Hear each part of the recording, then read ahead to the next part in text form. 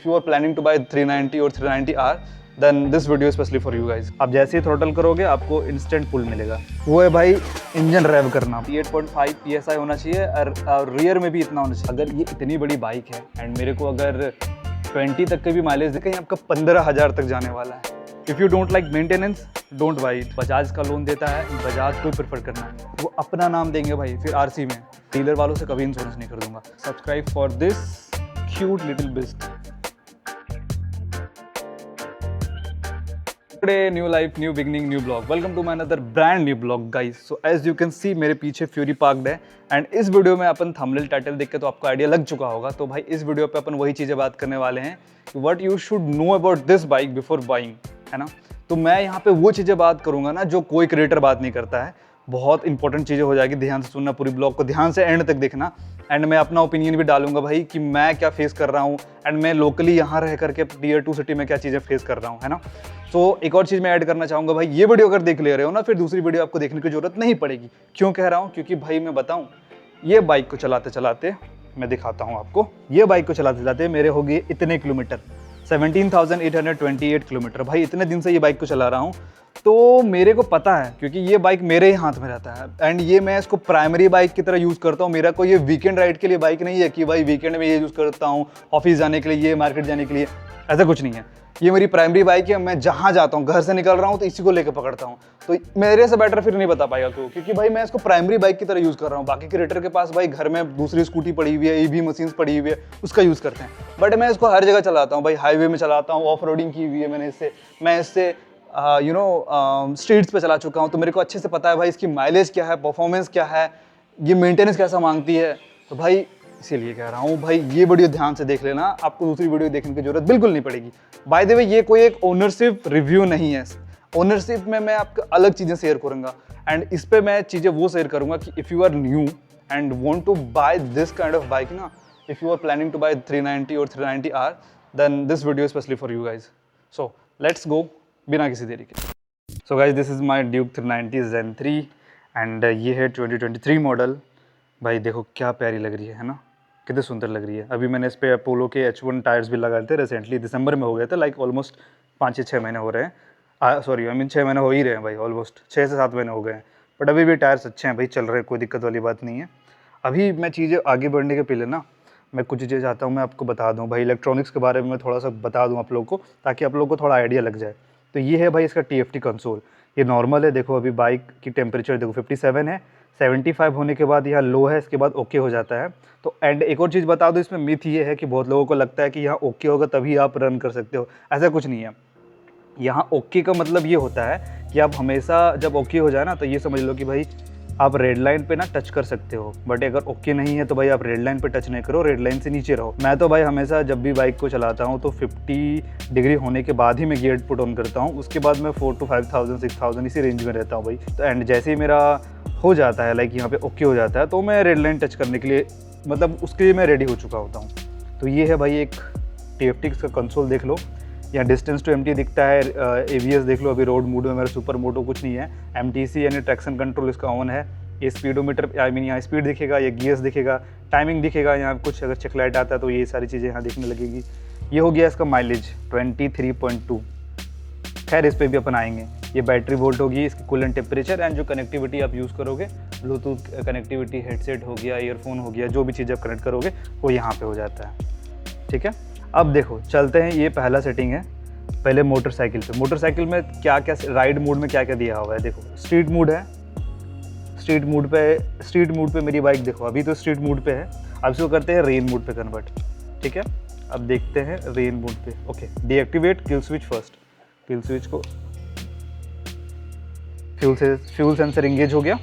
अब ये rain mode पे लग गया है एंड देखो रेन मोड पे मैं बता दूं, रेन जैसे कि पहले हमारा स्ट्रीट मोड पे था। ठीक है, अब अपन क्या करेंगे, रेन मोड पे एक ऊपर वाला टैप करेंगे, ये आ गया रेन मोड पे। अब इसको ओके करने के लिए एक ये वाली बटन, अब यहाँ से रेन मोड लग गया। अब बैक आएंगे, अब देखो यहाँ पे रेन मोड लग गया। अब इसको अपन क्या करते हैं, अब यहाँ पे टैप करते हैं। टैप करने के बाद अपन जाते हैं फिर से दोबारा रेन मोड पे, क्योंकि भाई रेन मोड पे उतना ज़्यादा कुछ UI चेंज होता नहीं है। बट यहाँ देखो जैसे ही अपन ट्रैक मोड पे आए, मीटर भाई टोटली चेंज हो गया भाई। यहाँ कोई डिस्टेंस टू एमटी नहीं है, एक बारी जब आप स्टार्ट करोगे ना, आपको 3 लॉन्च कंट्रोल मिलेंगे। तीनों मैंने तो यूज़ किया है, ऑलरेडी वीडियो डाली हुई है उसकी भी।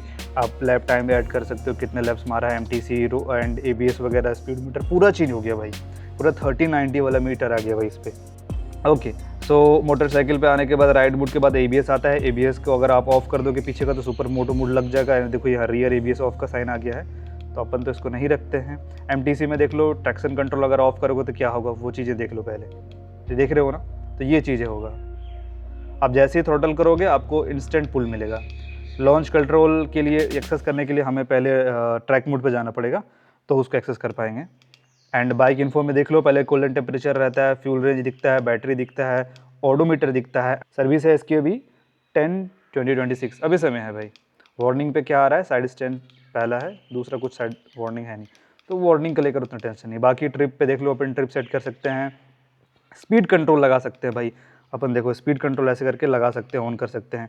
मैंने 46 का रखा हुआ है, ठीक है। अपन मीटर पे आ जाएंगे, अगर फिर इसको टैप करेंगे तो देखो ये ग्रीन हो गया, एंड फिर से अगर टैप करेंगे तो ये इंक्रीज होता जाएगा। फिर इसको ओके करना है तो ये वाले बटन से इसको ओके कर देंगे, ये हो गया लॉक।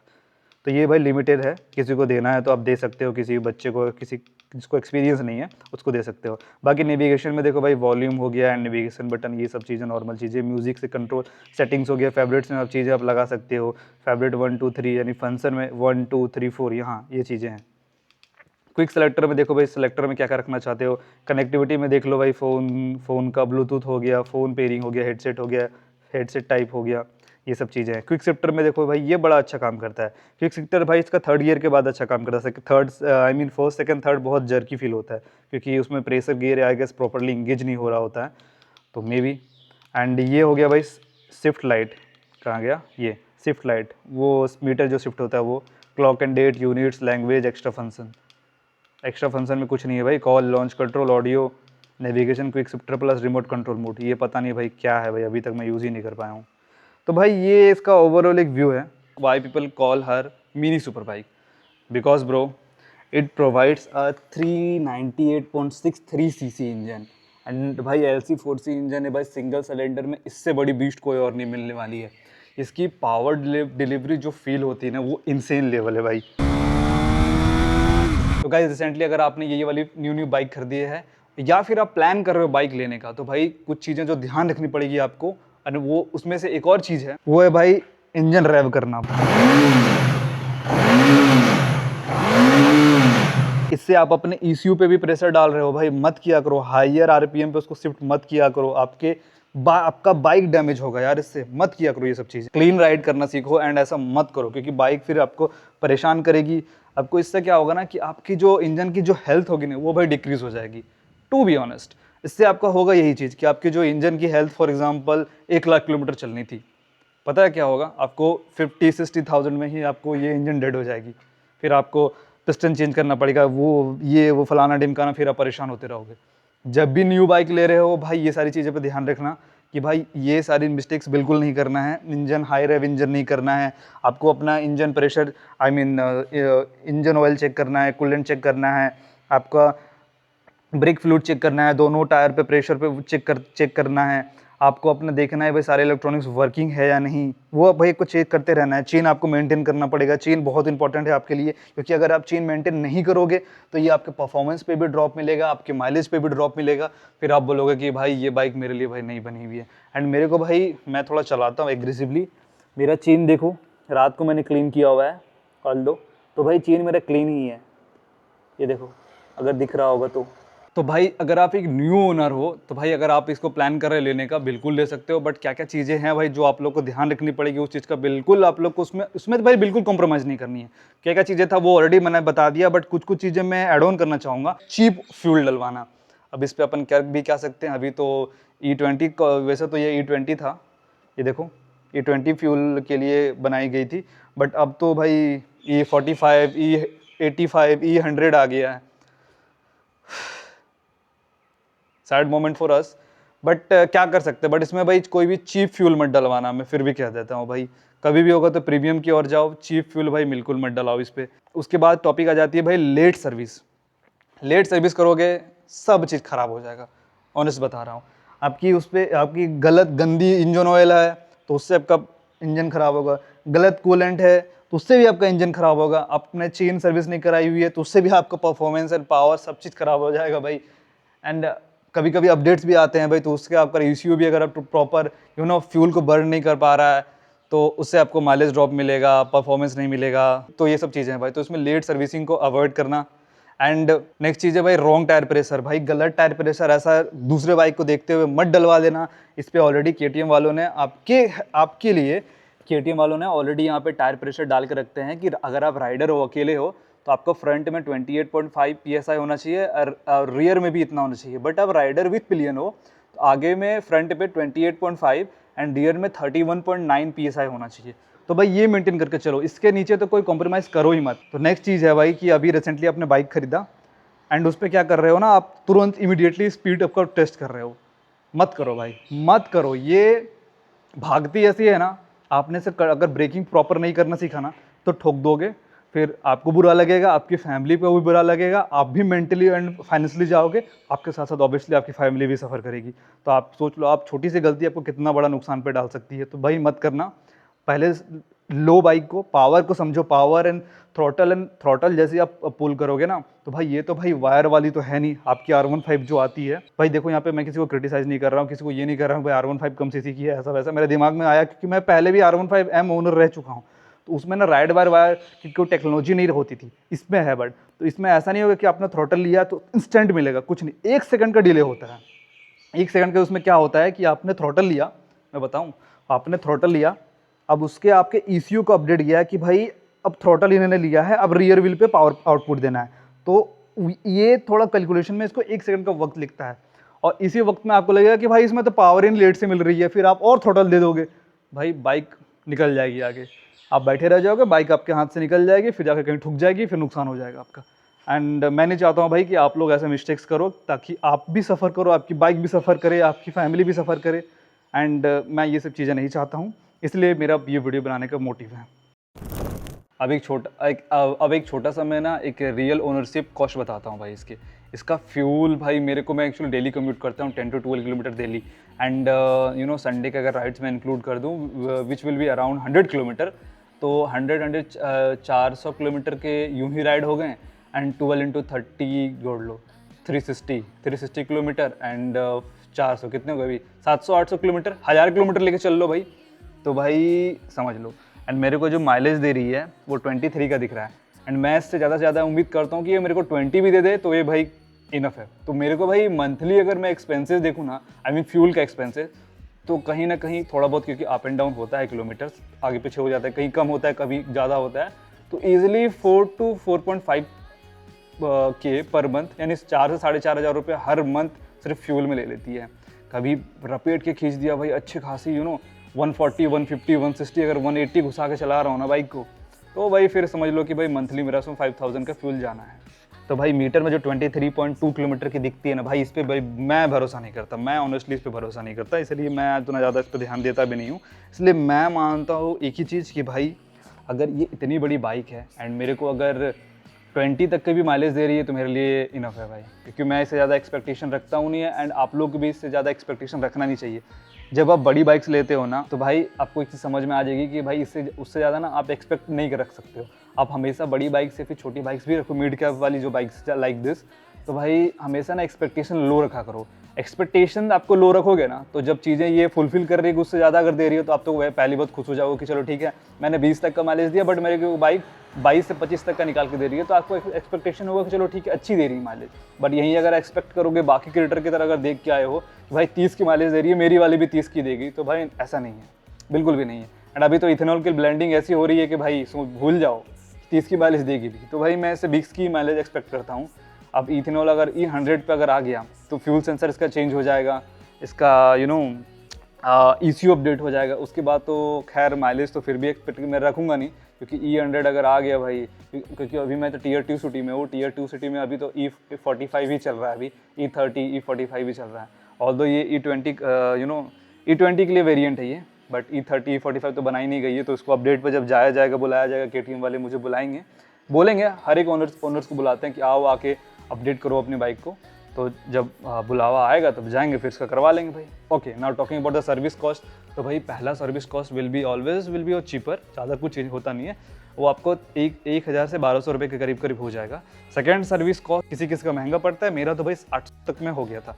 थर्ड आता है मेजर भाई, क्योंकि थर्ड 15,000 किलोमीटर पे होता है, एंड 15,000 किलोमीटर पे आपके दोनों टायर्स घिस चुके होते हैं, ठीक है। आपका चेन स्प्रॉकेट जो है भाई, वो चेन स्प्रॉकेट जा चुका होता है, ठीक है। आपका air filter throttle body cleaning होता है, ये सारी चीज़ें हैं। बस इसमें क्या क्या होता है मैं बता दे रहा हूँ। इसमें आपको एयर फिल्टर चेंज होगा, फ्यूल फिल्टर चेंज होगा, न्यू इंजन ऑयल डलेगा, कूलेंट आपका ये पूरा फ्लश होकर डलता है, आपके ब्रेक फ्लूइड्स पे ऑयल जाएगा, फ्रंट पे आपका ये चेक की जाएगी ब्रेक पैड है कि नहीं है, अगर ब्रेक पैड प्रॉपर नहीं है तो फिर न्यू ब्रेक पैड इंस्टॉल होगा, टायर्स अगर गए हुए तो टायर इंस्टॉल होगा, चेन स्प्रॉकेट का चल गया तो चेन स्प्रॉकेट इंस्टॉल होगा।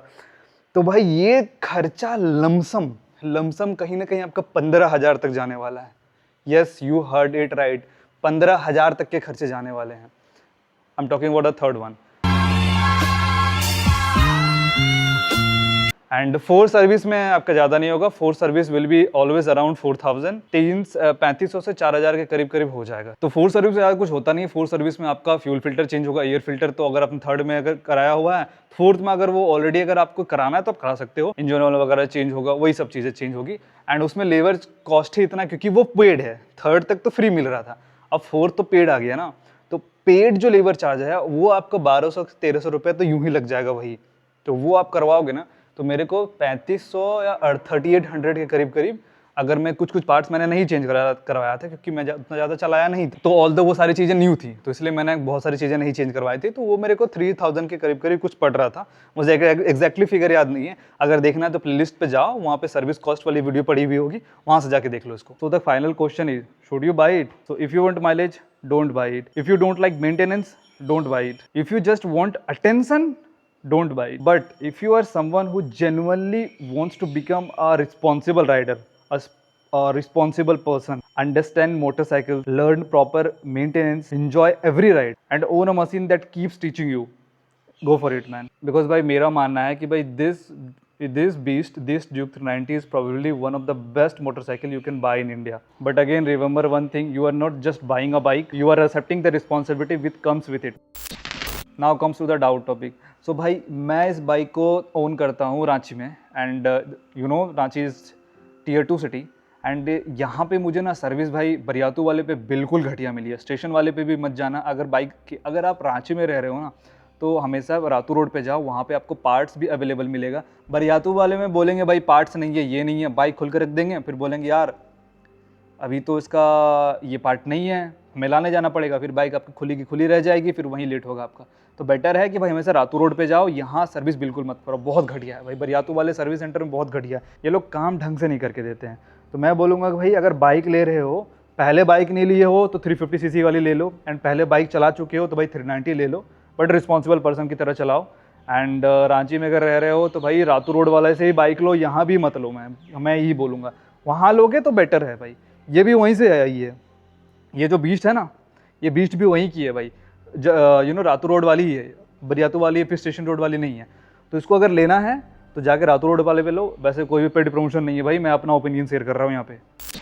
सो देखो, एक भाई ने कमेंट करा था, वो भी कंफ्यूज है भाई कि क्या करें, इसको ले कि नहीं रहे, ऑन रोड प्राइस ये आ रहा है, ये पार्ट्स ऐड करने पे ये एक्सेसरीज़ का ये चार्जेस जा रहा है, ये जा रहा फलाना ढिमकाना, ये वो, सबको साइड रखो, कुछ भी मत चीज़ें देखो। पहले क्या करो, बाइक को उठाओ, इसका एक ही वेरिएंट आता है। अब इस पर कलर आपको वेरी कर सकता है। So for me colour is a matter of choice, किसी को रेड पसंद आ सकता है, किसी को ब्लैक पसंद आ सकता है। मैक्सिमम लोग ना ब्लैक ले रहे थे, बट मुझे ये गोटेड कलर लगता था, इसीलिए मैंने इसको लिया। एंड अभी भी मैं इसको देख रहे हो स्टॉक ही कलर रखा हुआ है। इसके पीछे रीज़न पता है क्या है? इसके पीछे रीज़न है कि भाई ये ना 1 in 1 टाउन है भाई, टाउन में किसी और के पास नहीं है। बाकी मैंने देखा है जो मैक्सिमम 390 है वो इधर आपको ब्लू वाले पे मिल जाएगा और आपको ब्लैक वाले पे मिल जाएगा। मैक्सिमम भाई चप्पल पहन के चला रहे हैं लोग, कोई राइडिंग गियर नहीं है, हेलमेट नहीं है भाई, कोई ग्लव्स नहीं है, कोई बूट नहीं है, कुछ नहीं है, चप्पल पहन के चला रहे हैं। उन्होंने वो ब्लैक वाली ली हुई है, क्यों? कि उनके हिसाब से भाई ऑरेंज वाली छपरीफाई हो गई है। I am not a KTM fan boy, but being a KTM lover you can say that. So I really love this colour, सो मैंने ये कलर चूज़ किया। And to be honest this is goated colour है भाई, मुझे ये पसंद आता है भाई, दूर से ही दिख जाती है भाई कोई ऑरेंज कलर की बाइक आ रही है, हाईलाइट हो गई है भाई। एंड भाई जहाँ खड़ा कर देता हूँ भाई, 2 लोग देखते हैं, 2 नज़र पे देखते तो हैं। ब्लैक वाले में ऐसा कुछ नहीं होने, ब्लैक वाले कलर मिल जाती है बट एंड मुझे भी उतना ज़्यादा ब्लैक पसंद है नहीं, तो ब्लैक कलर मुझे मैं एक्चुअली में बहुत ज़्यादा डाई हार्डकोर फैन हूँ नहीं, क्योंकि ब्लैक वाले में जो वो लोग दे रहे थे ना, ब्लैक वाले में ग्लोसी ब्लैक था एंड मुझे ग्लोसी बिल्कुल भी पसंद नहीं आता। मैं हमेशा प्रेफर करता हूँ मैट। तो इस पे जो कलर है ना, इस पे जो कलर है इसका टैंक मैट पे है, ठीक है, ये वाले पार्ट मैट पे है बट ये ग्लोसी पे है। तो भाई ग्लोसी इसको भी अपन देखेंगे थोड़ी बहुत चीज़ें चेंज करने का। इस पे जो टायर पे जो कलर आता था वो इलेक्ट्रॉनिक ऑरेंज ही था, तो मैंने इसको भाई ब्लैक में कर दिया कन्वर्ट। एंड देखो क्या प्यारी दिखती है ना ब्लैक पे, कितनी सुंदर लग रही है गाइस। तो हाँ देखो, बाइक ले रहे हो, सिंपल सा बात बोलूँगा, बाइक का कलर उठाओ, ये लेना है, उठा लिया आपने। अब देखो क्या है, ये चीज़ें आपको लगानी पड़ेगी, कभी कभी तो कहीं कहीं देती हैं, कहीं कहीं नहीं देते हैं, तो ये चीज़ें आपको लगानी पड़ेगी। बाकी मेरे बाइक में देखो कहीं कुछ एक्स्ट्रा एक्सेसरीज एड ऑन है, देखो इंजन गार्ड फलाना डिमकाना ये वो कुछ नहीं है, कुछ नहीं है, कुछ भी नहीं है। अब बात आ जाती है भाई डाउन पेमेंट को। चुपचाप से ज़्यादा कॉम्प्लेक्स ना, ज़्यादा कॉम्प्लेक्सिटी वाली चीज़ों में फंसो मत, जितना फंसोगे ना उतना इधर परेशान हो जाओगे। बाइक इंजॉय करने से ज़्यादा ना आप मेंटली हरास होते चल जाओगे भाई, मैं सच बता रहा हूँ, ये ऑनेस्ट चीज़ें हैं भाई, मैंने भी फेस करी थी बाइक करने टाइम में। मत करो ये सब चीज़ें, उतनी सोचो मत। बाइक का डाउन पेमेंट देखो कितने आप डाउन पेमेंट कर रहे हो, कितना आपको दे रहा पड़ रहा है। एंड एक और चीज़ मैं बता दूँ, अभी बैंक वाले जहाँ से आप लोन लोगे ना, मैं बोलूँगा प्रेफर करना बजाज को, क्योंकि बजाज का लोन देता है, बजाज को ही प्रेफर करना। इसमें पता है बेनिफिट क्या होगा आपको।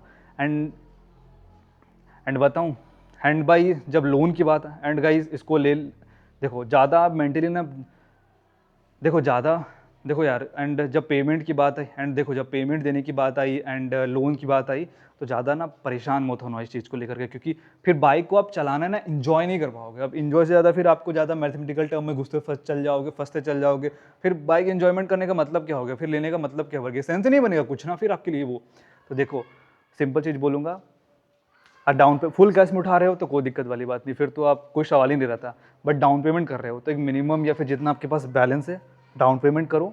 लोन की बात रही, अब भाई देखो, अगर दूसरे बैंक से अगर आप लोन लेते हो ना, तो उस पर क्या हो जाएगा कि आपके आरसी में आपकी बैंक का नाम रहेगा, फिर वो हाइपो हटाने के लिए फिर you need to pay again some kind of amount, so don't do that. And मैं बताऊँ तो इसको भाई मैं सिंपल है बेसिक चीज़ बता रहा हूँ, जब भी आप लोन लोगे ना, यार स्टिकर उठ फट रहा है क्या?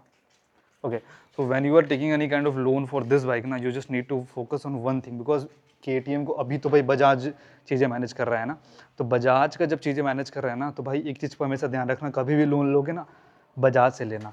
एंड क्योंकि मैंने जो चीज़ें देखी हुई है आरसी कार्ड में ना, बजाज वाले में क्या होता है ना कि आपको ना आपके जो रियल ओनर हो, आप ले रहे हो, आपका नाम रहेगा, दूसरे का किसी और का नाम नहीं रहता है। अगर आप दूसरे बैंक से ले रहे हो ना, HDFC, ICICI, SBI, IDFC, bank of Baroda, किसी से भी ले रहे हो ना, वो अपना नाम देंगे भाई फिर आरसी में, फिर कभी क्या होगा ना कि बाइक खींच के लेकर चल जाएंगे। ये चीज़ें हैं जो नहीं बताएगा कोई, मैं सच बता रहा हूँ। देखो 2025 की बात थी एंड मेरे साथ ये चीज़ें हो चुकी है। मैं फ्रेंड के साथ गया था, उसने बजाज से लोन लिया हुआ था। आई थिंक से वो थोड़ा सा HDFC से वो शायद 2% ज़्यादा था, ठीक है 2% ज़्यादा था, बट उसमें इसका नाम नहीं था। तो उसमें अभी क्या हुआ ना, उसने 1 मंथ ना वो पे नहीं कर पाया। 1 मंथ में उसकी फैमिली में क्या हुआ थी, किसी का डेथ हो गया था, वो 1 मंथ पे नहीं कर पाया। तो बजाज वाले को उसने मेल करा था एंड सर्विस सेंटर विजिट करके वो चीज़ें दी थी, तो उनका 1 मंथ पे वो होल्ड कर दिया था। ओवर ड्यू उन्होंने नहीं डाला था, सोच रहे हो, ओवर ड्यू नहीं डाला था भाई।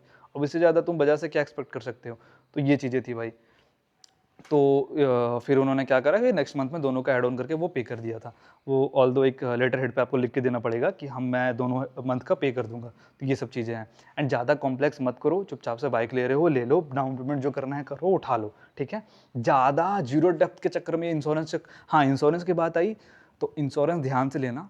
कि अब मैं प्रेफर करूँगा ना, अगर मैं अभी, पहले तो भाई मैंने बाइक ले ली थी, उस टाइम जो इंश्योरेंस था वो था ही। अभी मैं अगर प्रेफर करूँगा ना, मेरे को पूछूंगा ना, तो मैं ना डीलर वालों से कभी इंश्योरेंस नहीं खरीदूंगा। मैं क्या करूँगा, ऑनलाइन सर्च करूँगा फ़ोनपे पे एंड पेटीएम पे, जहाँ भी मुझे इंश्योरेंस मिल रहा है।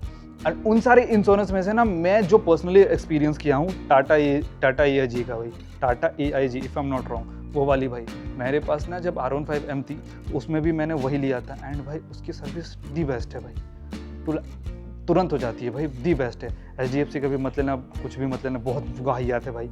एंड उसके साथ साथ ना सेकंड प्राइमरी में रखूँगा L&T का, ये दोनों जो है ना ये अच्छी है भाई, एक नंबर। बाकी मेरे को एक्सपीरियंस नहीं है बाकी चीज़ों का, तो है देखो बाकी क्या चीज़ें है मार्केट में, बट वो ना आपको बहुत स्ट्रगल करना पड़ेगा।